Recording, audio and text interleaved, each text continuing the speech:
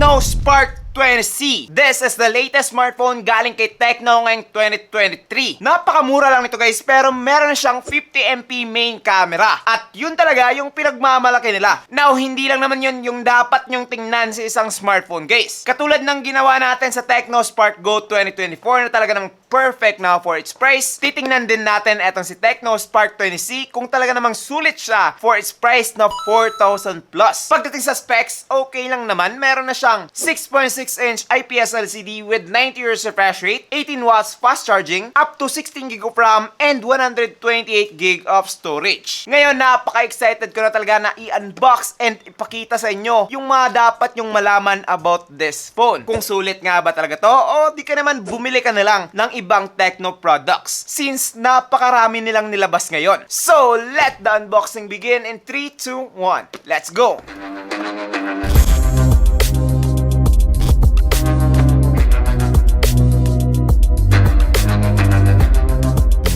Yo, what's up guys? I'm JP and this is JTeen TV. Now, umpisa na natin dito sa kanyang box. So, kung makikita ninyo guys, usual lang, ganito talaga yung mga box ng Tecno products. Yung pinagkaiba lang talaga is yung kanyang specs and yung pangalan, syempre. Ngayon, diretso na tayo dito sa pag-unbox. Rekta na. So, eto na nga siya guys. Oh, ang lupit. So, eto na nga siya guys, ang lupet! 3 circles at the back, mala iPhone. Pero tingnan natin. Pagkatapos naman yan, dito sa loob ng box guys, andito po, meron tayong 12 plus 1 month warranty, ang kanyang warranty card, syempre my favorite, jelly case.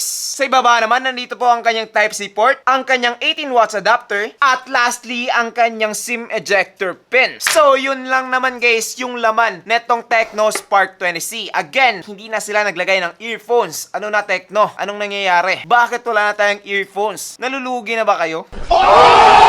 So, eto na nga guys, si Tecno Spark 20C. Pagdating dito sa kanyang build quality guys, nako po, perfect na talaga etong phone na to. Like, I'm not even kidding guys. Napakalupit talaga ng design niya. Now, hindi ko naman sinasabi na, bago yung design niya. Actually, eto yung design na nakakasawa na talaga kapag hindi mo ginagamit. Yes, kapag tingin ka lang ng tingin sa mga iba't ibang mga smartphone, medyo magsasawa ka talaga dahil nga halos ganito na lahat yung design ng mga bagong Android phones ngayon na mga mura. Kung makikita ninyo, meron siyang kulay na black pero meron ka pa iba't ibang choices katulad na naman ng gold, green, and white. Now, para sa akin, white talaga sana yung gusto ko. Sana. Yun, sana. Alam mo yung sana? Kasi, na-sold out na. Boring! Anong connect? As you can see dito sa inyong likod, meron tayong tatlong bilog dito sa inyong camera module. Shiny po siya and glossy at the same time. Kaya naman, madaling dikitan ito ng mga fingerprints and smudges. So kapag pawisin yung mga kamay, mag-gloves na lang kayo sa paggamit ng smartphone na to. Bro, what are you talking about, man? Dahil nga, madudumihan talaga siya. Meron din nakalagay ng 50MP AI camera which is pinagmamalaki talaga nila, which is titingnan natin maya-maya kung maganda nga ba talaga. Sa baba, nakalagay ang kanyang 3.5mm port, microphone, Type-C port, at ang kanyang speaker guts. Dito naman sa right side, meron po siyang volume rockers and yung kanyang fingerprint / power button. Dito naman sa left side, meron po siyang SIM card tray na merong laman na 3. Pwede kayong maglagay ng 2 SIM card at isang micro SD card. Dito naman sa top, meron tayong secondary speaker. Yes, guys, meron siyang secondary speaker. 4,000 plus and you have that feature already. Complete package na talaga siya. Hindi ka na talaga mahirapan sa inyong future kapag etong phone na to ang gamit ninyo. Napaka-unexpected talaga ng kanyang pagka-futuristic for its price. Ngayon, hindi ko naman sinasabi guys na siya yung pinakaunang nakagawa nito dahil nga, naunang na-release etong si Tecno Spark Go 2024. And kung titingnan mo silang dalawa guys, halos magkaparehas lang talaga. Kaya naman for me, kung sinabi kong 20 out of 10 yon, eto guys ay 20 out of 10 din dito sa kanyang build quality. Ngayon, puntahan naman natin yung kanyang display. Eto guys, ay meron ng 6.6-inch HD Plus display with 720p HD Plus resolution and 90Hz refresh rate. Ngayon, katulad na naman sila ng Tecno Spark Go 2024 na meron ding dynamic bar. Ayan, 'di ba? Magkaparehas na talaga guys. Napaka-cool talaga ng feature na to dahil nga eto ay nanggaling sa iPhone. Yes guys, sa mga iPhone 15 Pro Max, iPhone 14 Pro Max na merong dynamic island, ginaya nila ito and gumawa sila ng dynamic bar. Mahilig sigurong mag-clubbing itong phone na to. I'm corny, corny, corny. As you can see guys, lumalabas ito kapag nagcha-charge and kapag gumagamit kayo ng Face ID. Para sa akin, napaka-cool talaga na added feature etong feature na to. And it will definitely make the phone look cooler. Kapag meron siyang ganito, iisipin mo na medyo mas mahal siya sa 4,000 pesos. 'Di ba? Ganun naman talaga yun. Para sa akin, yung display ng phone to is okay na talaga. It is bright enough kapag gagamitin mo sa ilalim ng araw. O di ka naman sa mga mahilig mag-ride dyan, pwede na to. Smooth na rin siya with its 90Hz refresh rate. Pero guys, sasabihin ko sa inyo yung isang cons about this phone after this display, which is yung kanyang processor. Overall, pagdating dito sa kanyang display, maganda na po siya. It is one of the highest quality that you can get for its price. Pwede ka na manood ng mga YouTube videos dito. Yes guys, aabot ka na ng up to 1080p dito sa kanyang YouTube. So for me, sulit na talaga siya. Kapag kayo mahilig mag-social media, mag-scroll lang, pwede na talaga etong si Tecno Spark 20C. 10 out of 10 talaga yung kanyang display for me. Ngayon, pag-usapan naman natin yung kanyang performance. Medyo bumaba etong phone na to guys. Etong phone na to guys ay meron lamang MediaTek Helio G36 with octa-core CPU, and for me, that processor definitely sucks. What did he say? Now, hindi ko naman sinasabi na, you know, pangit talaga, pero medyo pangit siya guys. Attaboy.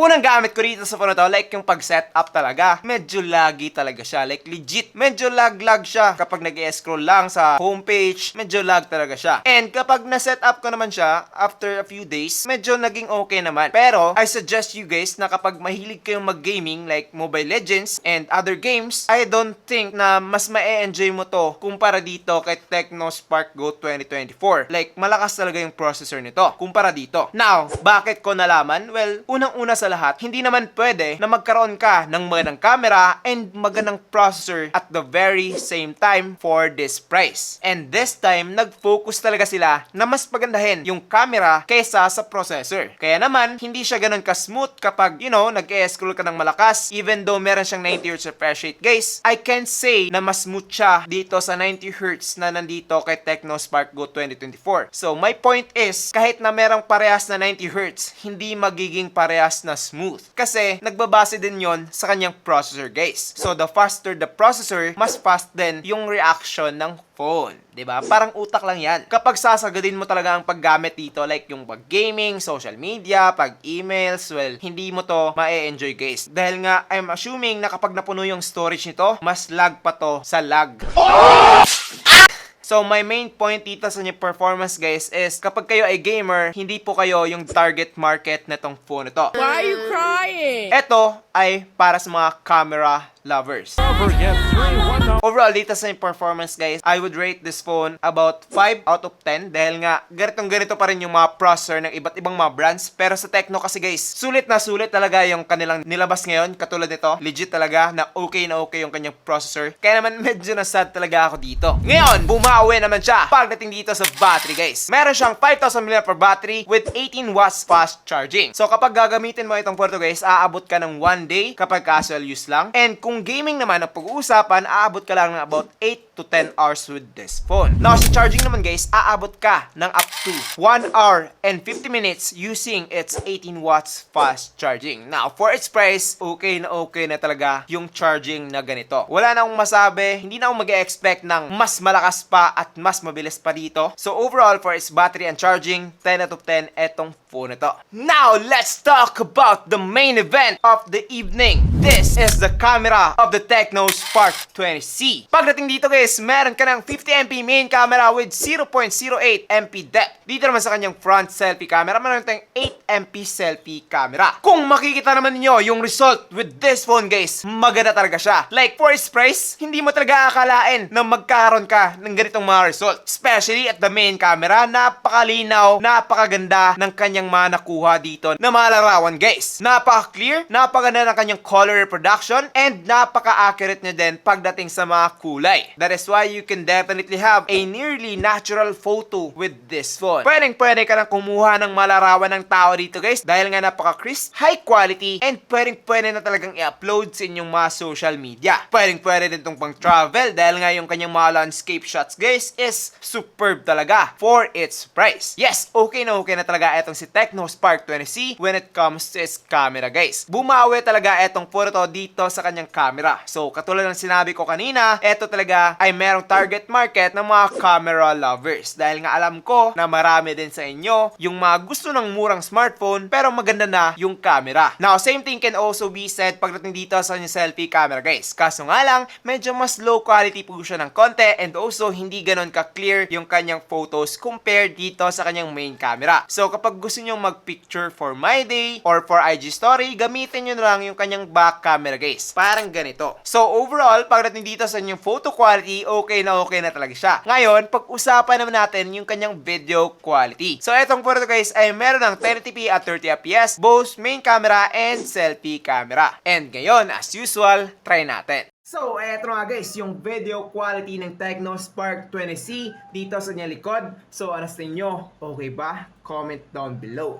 Ngayon, try naman natin yung kanyang selfie camera. Now, eto naman guys, yung selfie video camera ng Tecno Spark 20C. Now, kung makikita ninyo ngayon, medyo okay pala siya, no? Pero, comment down below kung ano sa tingin nyo. Para sa akin guys, okay na din yung video quality ng Tecno Spark 20C, especially yung kanyang back camera. Pwede na kayong gumamit nito kapag kayo ay magpe-Facebook Live, TikTok Live, and other things. Pwede din to pang gawa ng mga projects sa schools and sa work. So para sa akin guys, kapag kayo mahilig mag-video-video, okay na talaga itong phone na to para sa inyo. Kaso nga lang, kung gusto nyo lang mas better talaga, well definitely, I would say na mag-save pa kayo ng konti para bumili ng mga mas mamahaling smartphone na mas maganda yung kanyang video quality. Dahil nga etong phone to guys ay meron lamang video quality na pang 4,000 plus, which is perfect na for its price. Pero manage your expectation lang and I'm pretty sure na you will get impressed with the video quality of this phone. Now, overall, recommended ko ba etong si Tecno Spark 20C para sa inyo? To sum it up, gustong gusto ko talaga yung kanyang build quality and design. Also, yung kanyang display which is maganda talaga. Mabilis na rin yung kanyang charging time and okay talaga yung kanyang camera guys. The only downside with this phone is yung kanyang processor. Now kung matitiis nyo lang ng konti yung kanyang medyo delay sometimes, pwede na itong phone to. Pero kapag gusto mo talaga ng mabilis at malakas na processor na pwede na para sa gaming, well hindi mo yan mahanap dito sa phone na to, which is expected naman talaga since mura lang siya. Pero guys, yung hindi expected dito is magkaroon ng 50MP camera. So for camera lovers out there, recommended ko na etong phone na to, pero sa mga gamers dyan, pass na lang muna. Siguro, check nyo na lang